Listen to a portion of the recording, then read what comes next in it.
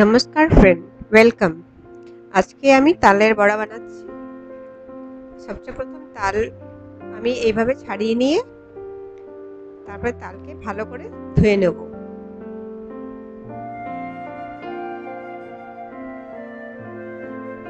ধুয়ে তারপরে আস্তে আস্তে খোসাটা ছাড়িয়ে নেব।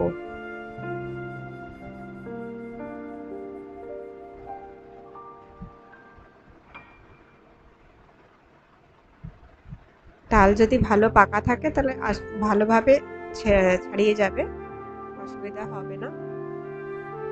দেখুন এইভাবে আমি তাল ছাড়িয়ে নেব খোসাটা। তারপরে খোসা ছাড়িয়ে মাঝখানের ওই সাদা অংশ, যে শক্ত অংশটা, ওটাও খুলে ফেলে দেব।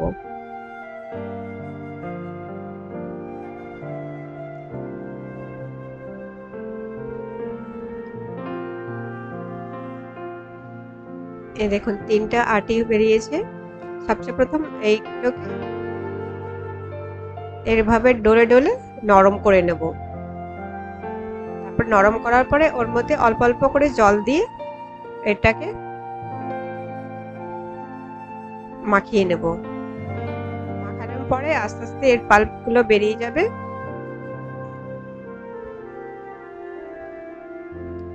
এই দেখুন এইভাবে নরম করে নেব। নরম করে তারপরে এর পাল্পগুলো নরম হয়ে যাবে, তারপরে আস্তে আস্তে বেরিয়ে যাবে।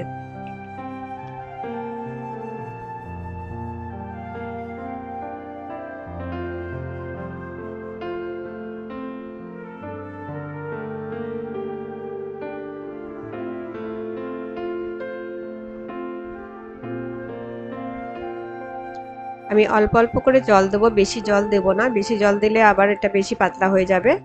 এভাবে ডলে ডলে নরম করার পরে আমি ছোট একটা থালা নিয়ে নিচ্ছি, ফুটো থালা। এর মধ্যে ডলে ডলে এই মাংসগুলো নিচের দিকে চলে আসবে। দেখুন এইভাবে আমি ঘষবো। ঘষার পরে নিচের দিকে সব তালের মাংসটা চলে আসবে। এই দেখুন এইভাবে। আমি 1 ঘন্টার জন্য আতপ চাল ভিজিয়ে রেখেছিলাম। এখন এটাকে জল ঝরিয়ে ভালো করে শুকনো করে নেব, তারপরে এটা গুঁড়ো করে নেব।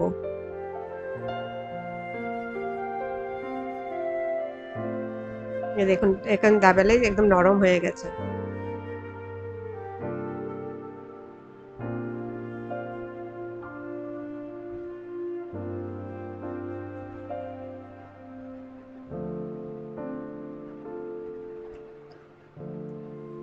এই যে আমি তালের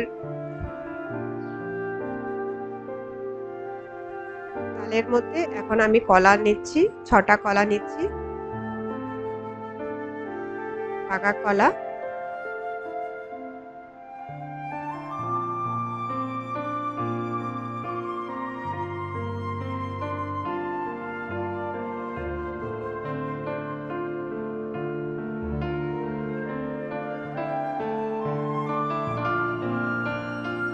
এর মধ্যে একটু খাওয়ার সোডা দেব, আর একটু স্বাদ অনুসারে নুন দেবো, আর 1 বাটি চিনি দিচ্ছি। এর মধ্যে হাফ বাটির মতন সুজি দেব। এখন চাল গুঁড়ো করার পরে চাল গুঁড়ো এর সাথে মিশিয়ে দেব। অল্প অল্প করে চালের গুঁড়ো মিশাবো। মেশানোর পরে এটাকে ভালো করে মেশা হয়ে যাবে। যখন তারপরে আবার লাগবে তখন আমি আবার চালের গুঁড়ো দিয়ে আবার মাখাবো। একসাথে সব ডাল দেব না, অল্প অল্প করে এমনি করে মিক্স করব। কলাগুলো আগে ভালো করে গালিয়ে তারপরে তালের সাথে মাখিয়ে নেব।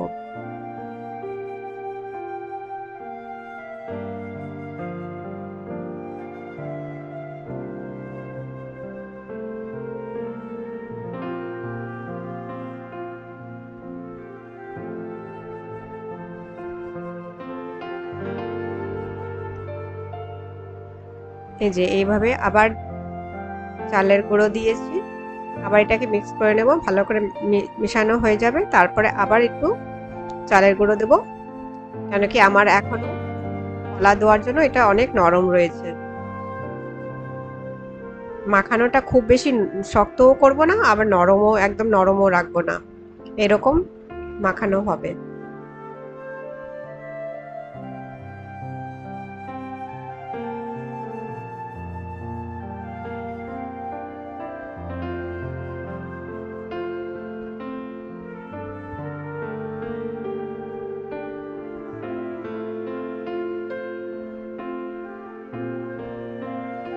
এই দেখুন হয়ে গেছে।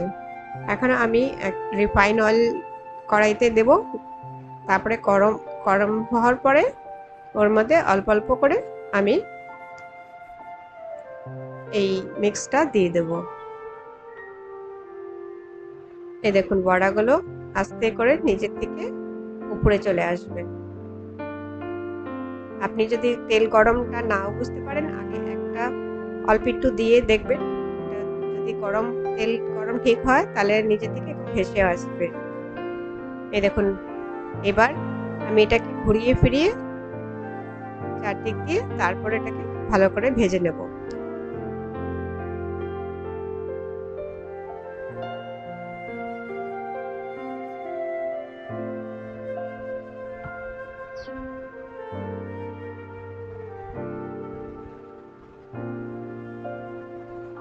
এই বড়াগুলো খেতে খুবই টেস্টি, আর কলা দেওয়ার জন্য এটা কি সুন্দর নরম তুলতুলে হবে। খেয়ে দেখুন, খুব ভালো লাগবে এইভাবে বানিয়ে। আর এইভাবে আমার ভিডিও দেখুন, লাইক করুন, শেয়ার সাবস্ক্রাইব করুন।